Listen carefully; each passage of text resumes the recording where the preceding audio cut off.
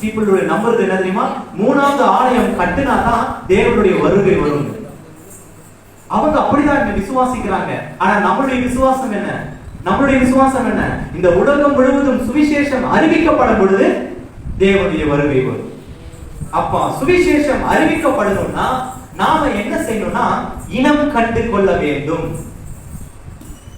எதை இனம் கண்டு கொள்ள வேண்டும்னா சுவிசேஷத்தை இனம் கண்டு கொள்ள வேண்டும். பேசுறவன் அத்தனை பேரு சுவிசேஷகர் கிடையாது. பாடுற அத்தனை பேரும் தேவனுடைய பிள்ளைகள் கிடையாது. தீர்க்க தரிசனம் சொல்ற அத்தனை பேரும் தீர்க்க தரிசியும் கிடையாது.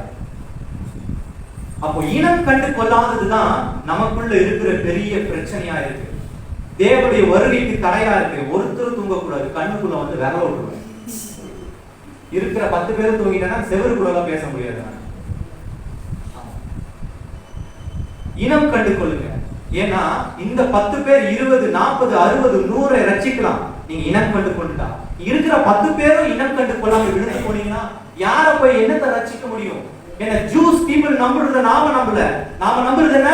இந்த உலகம் முழுவதும் சுவிசேஷம் அறிவிக்கப்பட வேண்டும். அப்ப சுவிசேஷம் அறிவிக்கப்படணும்னா நீங்க சுவிசேஷத்தை கேட்கணும். சுவிசேஷத்தை கேட்கணும்னா நீங்க முதல்ல இனம் கண்டு கொள்ளணும். இவன் செய்யற சுவிசேஷம் உண்மையா சத்தியமா இல்லையா?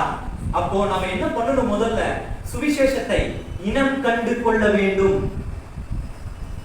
இனம் கண்டு கொள்ளாததுக்கு தான் காரணம் இந்த உலகத்துல புதிய ஊழியர்கள் எழுப்பி புதிய காரியங்களை செய்யும் பொழுது இவன் புதியவன், இவன் புதிய காரியத்தை செய்கிறான் என்று சொல்லி நாம அதற்கு வழிவிலகி போகிறோம். மில்லேனியம் இயருக்கு ஏத்த மாதிரி இவர்கள் சுவிசேஷத்தை அறிவிக்கிறார்கள் என்று சொல்லி நாம என்ன பண்ணிக்கிறோம்? அட்ஜஸ்ட் பண்ணிக்கிறோம். அந்த அட்ஜஸ்ட்மெண்ட் தான் எங்க வந்து நிற்குது தெரியுமா? தேவனுடைய ராஜ்யம் இந்த உலகத்துல ஸ்தாபிக்கப்படாதபடிக்கு தடையா இருக்கு. இந்த சுவிசேஷத்தை ஆயிரக்கணக்கானவர்களுக்கு கொண்டு போய் சேர்க்கும். இந்த மொபைல் லட்சக்கணக்கானவர்களுக்கு கொண்டு போய் சேர்க்கும். அந்த லட்சக்கணக்கானவர்களும் ரட்சிக்கப்படுவார்களான்னு சொன்னா இதுதான் கேள்விக்குறியா இருக்கு. ஏன்னா இந்த மெசேஜ் லட்சத்துல ஒண்ணா இருக்கு, லட்சத்துல கோடிகளிலே ஒண்ணா இருக்கு. அப்போ எப்படி இருக்கு தெரியுங்களா? ஒரு மணல்ல ஒரு சின்ன சர்க்கரை இருக்கு இல்லையா? சர்க்கரை கியூப் இருக்கு இல்லையா? சர்க்கரையோட ஒரு கியூப் அதை தூக்கி போட்டு தேடுற மாதிரி இருக்கு இந்த சுவிசேஷம். 100ல ஒருத்தன் தான் சத்தியத்தை சொல்லிட்டு இருக்கான். 99 பேர் யாரு தெரியுமா சொல்றான்? தன்னுடைய சபையை பற்றி, தன்னுடைய வளர்ச்சியை பற்றி, தன்னுடைய மகிமையை பற்றி, எல்லாத்தையும் சேர்த்து தன்னுடைய நாமத்தை மகிமைப்படுத்திட்டு இருக்கான். எங்க மேரின்றது ஒரு பேரா? பக்கத்துல மினிஸ்ட்ரின்னு சேர்த்துட்டானா அதுக்கு பேர் ஊழியமா? மேரி பக்கத்துல மினிஸ்ட்ரின்னு போட்டானா அதுக்கு பேர் ஊழியம். கண்ணப்பன் பக்கத்துல மினிஸ்ட்ரின்னு போட்டானா ஊழியம். தன்னுடைய பெயரை ஊழியம் என்று சேர்த்து விட்டால் தேவனை கனப்படுத்தி விடும் என்று பரப்பினது யாரு? இந்த சத்தியத்தை யாருப்பா எடுத்துட்டு போனா? இப்படி ஒரு சத்தியத்தை நீங்க அறிவிச்சீங்களா உங்களுடைய காலத்துல? 90களிலே சொன்னீங்க, அதுக்கு முன்னாடி ரட்சிக்கப்பட்டீங்க. உங்களுடைய தாத்தா பத்தி நம்ம கேட்டோம். ஊழியருடைய அவருடைய தாத்தா அப்பா, அதுக்கு முன்னாடி ஜெனரேஷன், 2 ஜெனரேஷன் பின்னாடி நான் பேசிட்டு இருக்கேன். அந்த காலத்துல எந்த ஊழியனாவது இப்படி சொன்னாரா? இப்படி ஒரு காரியத்தை உங்களுக்கு அறிவிச்சிருக்காங்களா? எந்த இடத்துல வழி மாறி போனீங்க? ஏமா தூங்காதமா? நான் ஆல்ரெடி சொல்லிட்டேன், கண்ணுக்குள்ள வேற விட்டு ஆட்டி தூங்கக்கூடாது. இங்க வந்தது ஆண்டவர் நாமத்தை மகிமைப்படுத்த. இங்க வந்து நான் வந்து மசாஜ் தெரப்பி பண்றேன், பேச்சிலேயே மசாஜ் பண்றது. சரியா? ஆண்டவரை நாம நேசிக்கணும். நேசிச்சாதான் ஆண்டவருடைய சத்தியத்தை கேட்கணும்ன்ற ஆர்வம். ஆண்டவரை நேசிக்கலன்னா முன்னாடி நின்றுட்டு இருக்கவன் பாஸ்டருடைய மருமகனா தான் தெரியும். நான் என்னால என்ன செய்ய முடியும்? உங்களை ஒண்ணும் செய்ய முடியாது. சத்தியத்தை அறிந்து கொள்ளாததுனால தான் காலம் காலமாக தாமதிச்சுட்டே வந்துட்டு இருக்கு. என்னது? தேவனுடைய வருகை. சரி, உங்களுக்கு விசுவாச வார்த்தைகளை சொல்லுவதற்கு முன்பதாக பிரதர் ஒரு சாங் பாடினாரு, சில வார்த்தைகளை பேசினாரு. அது ரொம்ப என்ன கவர்ந்தது. இந்த ஆலயம் எப்படிப்பட்டதுன்னு சொன்னாரு. ஏன்னா ஒரு வெளிச்சத்தின் பிள்ளைகளாய் நாம இருக்கிறோம். அதுவும் எங்க இருக்கிற வெளிச்சம்? மலை மேல் இருக்கிற வெளிச்சம் அப்படின்னு சொன்னாரு. மலை மேல் இருக்கிற வெளிச்சத்தை ஒருவராலும் தடை பண்ண முடியாது. அப்படிப்பட்ட வெளிச்சத்தின் பிள்ளைகளாய் நாம் நடந்து கொள்ளும் பொழுது ஒரு ஒரு ஒரு சின்ன வரியை உங்களுக்காக பாடி இந்த சத்தியத்துல இந்த வசனத்தை பேசணும்னு நினைக்கிறேன். நீங்க யாராவது பிரதர் ரொம்ப நேரம் பேசுறாதீங்க, ரொம்ப நேரம் சத்தியத்தை கேட்ட போர் அடிக்கும் அப்படின்னு சொல்லிட்டீங்கன்னா அதுக்கேற்ற மாதிரி நான் சுருக்கிடுவேன். ஏன்னா நான் மாறிட்டேன் உண்மையிலே. ஏன்னா 1 hour பேசி மாறாங்களா? நீங்க 3000 வருஷம் பேசி மாறாதவங்க 1 hourலயே மாற போறீங்க. நான் விசுவாசிக்கிற ஒரு செகண்ட் என் அப்பா உள்ள வந்துட்டார், நான் மாத்திடுவாரு. அவரை வர வைக்கணும்ன்றதுக்காக தான் இந்த கூத்துலாம் ஆடிட்டு இருக்கேன் நான் இங்க மேடையில. அவர் வந்துட்டாருன்னா போதும், ஒரு செகண்ட் உங்களோட ஆத்துமாவை அப்படியே வெலவீன மாத்திடுவாரு. எதுல தெரியுமா? இந்த மாம்சத்திற்கு. நீங்க திரும்பி பார்த்து ஒருத்தர் இப்படி திரும்புறாங்க, ஏதாவது பாக்குறாங்கன்னா உங்களுக்குள்ள ஒரு பதற்ற நிலை ஏற்படும். அதுக்கு பேர் என்ன தெரியுமா? பரிசுத்தம். ஐயோ, தேவனுடைய வார்த்தையை கேட்டுட்டு இருக்கும்போது இப்படி பண்றாங்களேன்னு ஒரு மாதிரி பதட்டம் ஏற்படும். ஏன் தெரியுமா? பரிசுத்தம் ஓவர்ஃப்ளோ ஆகுது. என் பாத்திரம் நிரம்பி வழிகிறதுன்னு சொன்னார் தாவீது.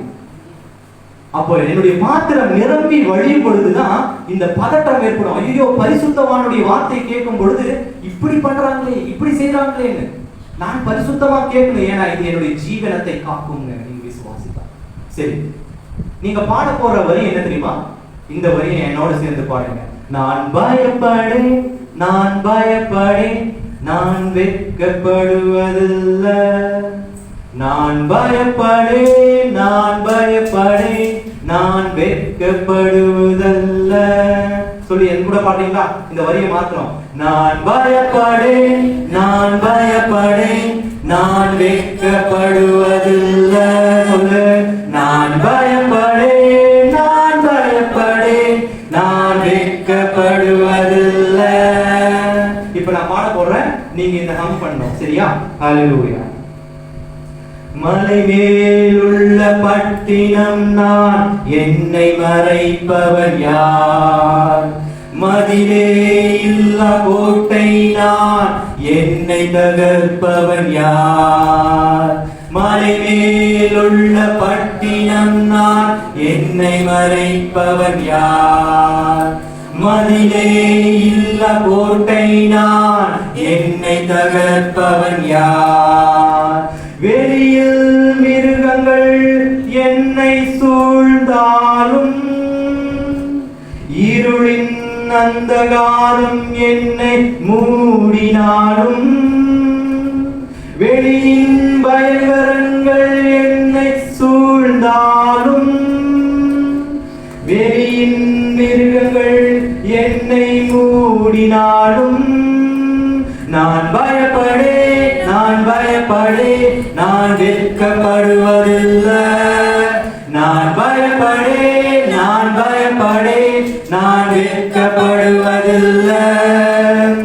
அழைக்கப்பட்டவன் நான், அழிந்து போவதில்லை. கழுவப்பட்டவன் நான், கழுகப்படுவதில்லை. என் தரிசனம் வெளிப்பட்டது, எனக்கு எதிராய் நிற்பவன் யார்? என் கொம்பும் உயர்த்தப்பட்டது, எனக்கு எதிராய் நிற்பவன் யார்? சொல்லுங்க. என் தரிசனம் வெளிப்பட்டது, எனக்கு எதிராய் நிற்பவன் யார்? என் கொம்பும் உயர்த்தப்பட்டது, என்னை தடுப்பவன் யார்? நான் பயப்படேன், நான் பயப்படேன், நான் வெட்கப்படுவதில்லை. நான் பயப்படேன், நான் பயப்படேன், நான் வெட்கப்படுவதில்லை. நான் பயப்படேன், நான் பயப்படேன், நான் வெட்கப்படுவதில்லை. ஏன் தெரியுமா வெட்கப்பட்டு போகிறதில்லைன்னு பாடணும்? ஏன்னா இன்றைக்கு காலையில இருந்து எல்லாரும் மனசுலயும் ஒரு பதட்டம். ஏன்னா இந்த ஊர்ல ஒரு சாவு நேத்தே சொல்லிட்டாங்க. நேத்தே சொன்னோம்னா எல்லாரும் இருதயத்தில ஒரு பதட்டம். இன்னைக்கு இந்த கூட்டம் நடக்குமா? ஏன்னா ஊருக்குள்ள சாவுனா எல்லாரும் சொந்த பந்தங்களா இருக்கும். சொந்த பந்தங்களா இருக்கும் பொழுது நாம இங்க தனியா சாப்பாடு செஞ்சு ஆராதனை பண்ணிட்டு இருந்தோம்னா ஒரு சிலருக்கு என்ன தெரியுமா நடக்கும்?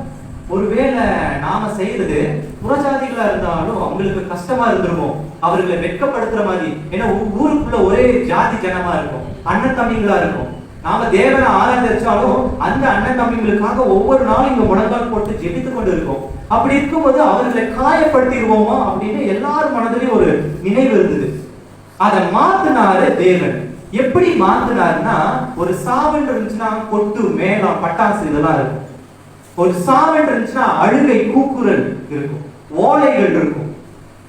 ஆனா இந்த இடத்துல சபை நடந்த வந்துட்டோம். சபை ஆரம்பித்தது முதல் முடிக்கும் வரைக்கும் அந்த ஒரு சத்தமும் இருக்கக்கூடாது ஆண்டவரே ஜெபித்துட்டு வந்த.